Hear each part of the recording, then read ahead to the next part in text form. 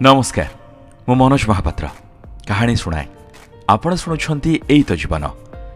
आज एई तो जीवन रे आसंतु शुणिबा अध्यापिका बसंत मंजरी मिश्रंक ए सुंदर गप ए सुंदर कहानी कस्तूरी। ऑफिस जीवा पे प्रस्तुत हुई जोता पिंधुथिले मधुबाबू हठात फुल गेटअप रे पाखको चली आसी स्त्री सिप्रा कहिले, गोटे मिनिट टिके पाखको लागि ठिया हुआ, गोटे सेल्फी नहीं जाए। आज आम विवाह वार्षिकी पूर्ति उपलक्षे गोटे भल सेल्फी अपलोड करी फेसबुक रे शेयर करने को पड़िबो। मधुबाबू प्रतिक्रिया को अपेक्षा न करी तांको मुह पाखरे निज मुह को लगाई गोटे सेल्फी नेले सिप्रा। एबे ताहले मु आसुची सिप्रा, ऑफिस टाइम हे गलानी। हाँ हाँ मु भी एबे बाहरिबी, नुआ वर्ष पे आम क्लब रे केते कोन प्रोग्राम आयोजन करिवार अछि। कही कही हाई हिल पिंधुथिले सिप्रा। कार रे बसी ऑफिस अभिमुखे जाऊ जाऊ मधुबाबू भाबुथिले ए होछि आधुनिकतार पागलामी। विवाह वार्षिकी रे स्वामी को टिके अभिनंदन पछे न करा जाऊ, किंतु फेसबुक रे घुरी बुलू स्वामी स्त्रींकर सुखी दाम्पत्यर नकली छाप। संध्यारे ऑफिस रु फेरी कलिंग बेल रे हाथ रखु रखु कबाट खोलिला भोला हाथरू सुटकेस नहीं भीतर को गला। सोफा उपरे निजर अवसन्न देहटा को लदी दे बेकुरु टाइटा ढिला करुथिले से। फैन स्विच ऑन करदे चिराचरित ढंगरे पानी ग्लास टे धरी ठिया होई गला भोला। पानी ग्लास टे नेउनु पचारिले, तो मैडम फेरी ना रे? नाई बाबू, आपण को परे परे से भी गाड़ी नहीं चली गले। हौ तू जा टिके ब्लैक कॉफी नहीं आ, मुंडा भारी बिंधुची आज। भोला रोषेई घर को जीवा परे निजको निजे विश्लेषण करुथिले से। भगवान का आशीर्वाद आज तांको पाखरे सब किछि अछि, अथच एबे भी तांको मनरे एक विराट क्षोभ। स्त्री सिप्रा केबे हेले तांको मन कथा बुझी पारंती नाही। से चाहंती ऑफिस रु फेरिला बेलକୁ सिप्रा तांको पाखକୁ दौड़ी आसंते, पाखरे बसी भलमंद बुझंते, एकाठी बसी कॉफी पियंते। किंतु सिप्रा अत्याधुनिका, अधिकांश समय निज सांग और पार्टी को नहीं से व्यस्त। निजर हाई मेकअप और गॉर्जियस लुक और सोशल मीडिया को नहीं से व्यस्त। केतेबेले ब्यूटी पार्लर रे घंटा घंटा समय काटती तो आउ केतेबेले क्लब पिकनिक अबा पार्टी रे। जेबठु डायना क्लब रो प्रेसिडेंट हेलेनी सब बेले बाहरे। गोटे मात्र संतान, छुआरू बोर्डिंग स्कूल रे। सिप्रार जुक्ति पुओ बोर्डिंग स्कूल रे सेल्फ इंडिपेंडेंट हेबो, जीवन को सामना करिबा आपे आपे शिखिजिवो। अथच मधुबाबूंकर मानसिकता अलगा। गोटे बोली पुओ, माँ बापांक स्नेह आदर और विलासपूर्ण जीवनचर्या भितरे राजकुमार भली बढ़िबा कथा, किंतु प्रति कथारे तांकु सिप्रांक जुक्ति आगरे मुंड नुआइबाकू पड़े। कारण से चाहंतिनी तांको वैवाहिक जीवनर पृष्ठागुड़िक बहिरू अलगा होई चारिआडे अदरकारी कागज भली उड़ी बुलू, तांकु केही आंगुली देखाऊ। अनेक कर्तव्यनिष्ठा परिश्रम धैर्य बल जो सोशल स्टाटस तांको मिलिछि ताकु कि समालोचना न करंतु। तांको भावनारे पूर्णछेद पकाई झड़ भली घर भितर को पशि आसिले सिप्रा। एते राति पर्यंत कि पार्टी चलथिला तुमर सिप्रा? सबु कथा एते प्रश्न कोन? तुमे जेतेबेले दिन दिन धरि टूर रे बाहर को जाउछो, मु कोन केबे तुम स्वाधीनता को नै प्रश्न करिछि? टिके ब्रॉड माइंडेड हुआ प्लीज, परस्पर को स्पेस देबा सिख। अजथा इंटरफेरेंस मु पसंद करेनी, मते बहुत टायर्ड लागुछि। Good night. आधुनिकतार ना रे सिप्रार उग्र मानसिकता प्रति मुहूर्त हृदय को एक विषाक्त सर्प भली दंशन कर आसी। तथापि सामाजिक लोकलज्जा को डरी से एडजस्ट कर आसी। किंतु केमिति बुझेबे से सिप्रा को स्वाधीनतार अर्थ स्वेच्छाचारिता नुहे। फोन रिंग हैला। पिलादिनर घनिष्ठ बंधु राजू फोन करिछि। अरे मधु केमिति अछु? सुन मो, काली मु आ वंदना तुम घर को आसुछु।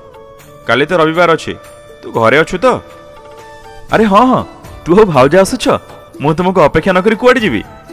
पिलादिनर खूब घनिष्ठ दुहे, एकाठी पाठ पढ़ा पिलादिनर स्मृतिर आईनारे निज मुह देखला बेले आउ जो मुहटी जल जल होई आपे आपे चली आसे सेटा राजूर। आंब तोठारू आंब चोरी करबा ठारू आरंभ करी गाड़ियारू माछ धरी भोजी करबा पर्यंत सबु स्मृति रे इतिहास रे राजूर स्वाक्षर अपरिहार्य। प्राय सकाळ 10टा सुधा पहुंची गले राजू और तांको धर्मपत्नी वंदना। समस्ते एकाठी बसी जलखिया करू करू राजू कहूथिले, आम गाँ क्लब रो फंड विषय मते जिलापाल को देखा करबाकू पड़िबो। 2-3 दिनर काम अछि।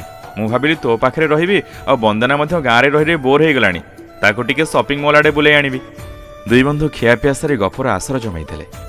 मधु संपर्क रे कहबाकू जे राजू वंदना को कहूथिले, जानिछ वंदना, मधुटा हमर भारी सरला और निष्कपट, अति सादा सीधा।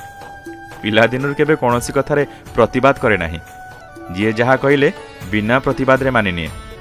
ବନ୍ଦନା ବିଶ୍ରାମ ନେବାକୁ ଚାଲିଗଲା ପରେ ମଧୁବାବୁ କହୁଥିଲେ, ତୁ ବଡ଼ ଭାଗ୍ୟବାନ ରାଜୁ, ତୋ ପାଖରେ ବନ୍ଦନା ଭାଉଜଙ୍କ ଭଳି ଏତେ ସ୍ନେହୀ ମିଷ୍ଠଭାଷୀ ପତ୍ନୀଟିଏ ଅଛି।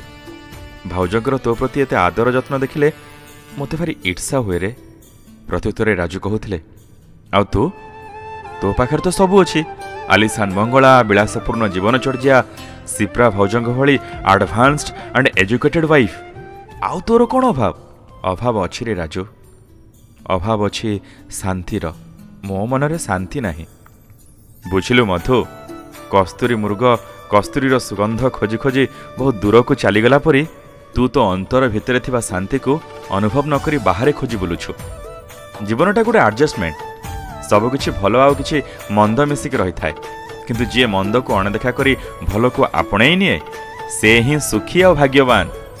ଛାଡ଼ ସେ କଥା, ଚାଲ ଶୋଇବା ଚାଲ। ତା ପରଦିନ ଅଫିସରେ ପହଞ୍ଚି ଅଫିସ କାମରେ ପୁରା ବୁଡ଼ିଗଲେ ମଧୁବାବୁ। ହଠାତ୍ ତାଙ୍କ ଭାଗ୍ୟାକାଶରେ ଧୂମକେତୁ ଦେଖାଦେଲା। ଏକ ବିରାଟ ଷଡ଼ଯନ୍ତ୍ରର ଶିକାର ହେଲେ ସେ। ତାଙ୍କ ସହକର୍ମୀ ଉଦୟବାବୁ ବୁଣିଥିବା ମିଥ୍ୟା ଜାଲରେ ନିଜର ସରଳତା ପାଇଁ ଛନ୍ଦି ହୋଇଗଲେ ସେ। ଆଉ ଘଟଣା ଏମିତି ମୋଡ଼ ନେଲା ଯେ ମିଥ୍ୟା ଆରୋପରେ ତାଙ୍କୁ ଗିରଫ କରାଗଲା ଭ୍ରଷ୍ଟାଚାର ଅଭିଯୋଗରେ। କିନ୍ତୁ ସେ ଥିଲେ ସମ୍ପୂର୍ଣ୍ଣ ନିର୍ଦ୍ଦୋଷ। ପୁଲିସ ଷ୍ଟେସନ ହାଜତ ଭିତରେ ବଡ଼ ମେଣ୍ଟାଲ ଟେନସନରେ ଥାନ୍ତି ସେ। ତା ପରଦିନ ତାଙ୍କୁ କୋର୍ଟ ଫରୱାର୍ଡ କରାଗଲା। ସରଳତା ନିରୀହତାର ପରିଣାମ ଯେ ଏତେ ଭୟଙ୍କର ହୋଇପାରେ ସେ ସେଦିନ ହୃଦୟଙ୍ଗମ କରି ବହୁତ ଭାଙ୍ଗି ପଡ଼ିଥିଲେ ମାନସିକ ସ୍ତରରେ। ହଠାତ୍ ତାଙ୍କୁ ଡାକରା ଆସିଲା, ତାଙ୍କର ବେଲ୍ ହୋଇଯାଇଛି।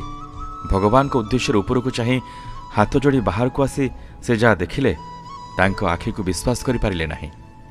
ଓକିଲ ୟୁନିଫର୍ମରେ ଧଳା ଶାଢ଼ୀ ଓ କଳା ଗାଉନ୍ ପିନ୍ଧି ତାଙ୍କ ଆଖି ସାମ୍ନାରେ ଠିଆ ହୋଇଥିଲେ ସିପ୍ରା।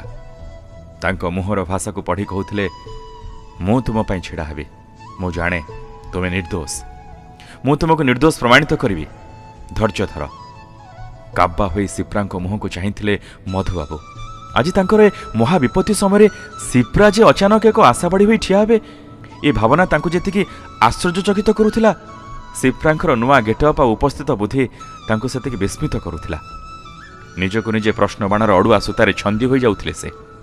ଗୋଟିଏ ସ୍ୱାମୀ ପାଇଁ ତା ବିପଦ ସମୟରେ ଲଢ଼ି ତାକୁ ନୈତିକ ସାହସ ଦେଇପାରୁଥିବା ଜଣେ ସ୍ତ୍ରୀ ଅତ୍ୟାଧୁନିକା ଓ ଉଚ୍ଚଶିକ୍ଷିତା ହେଲେ ମଧ୍ୟ ତାଙ୍କ ଭଳି ନିରୀହ ଲୋକର ସମ୍ପୂର୍ଣ୍ଣ ମେଳ, ଏକଥା ଭାବି ଭାବି ଗର୍ବିତ ଜଣାପଡ଼ୁଥିଲେ ସେ। ଘରକୁ ଫେରିଲା ବାଟରେ ରାସ୍ତା କଡ଼ରେ ପଇଡ଼ ଦୋକାନୀ ପାଖରେ ଗାଡ଼ି ରଖି ସିପ୍ରା କହୁଥିଲେ, ବାବୁଙ୍କୁ 2-3ଟା ପଇଡ଼ କାଟିକି ଦିଅ। କାଲି ରାତିରୁ କିଛି ନ ଖାଇ ନ ପିଇ ତାଙ୍କ ପେଟ ପୁରା ଗରମ ହୋଇଯାଇଛି। ପଇଡ଼ରେ ଥିବା ଷ୍ଟ୍ରକୁ ପାଟିରେ ଦେଉ ଦେଉ ସିପ୍ରାକୁ କଣେଇ କଣେଇ ଚାହୁଁଥିଲେ ସେ, ଠିକ୍ ଏକ ବାଧ୍ୟ ଶିଶୁଟିଏ ଭଳି।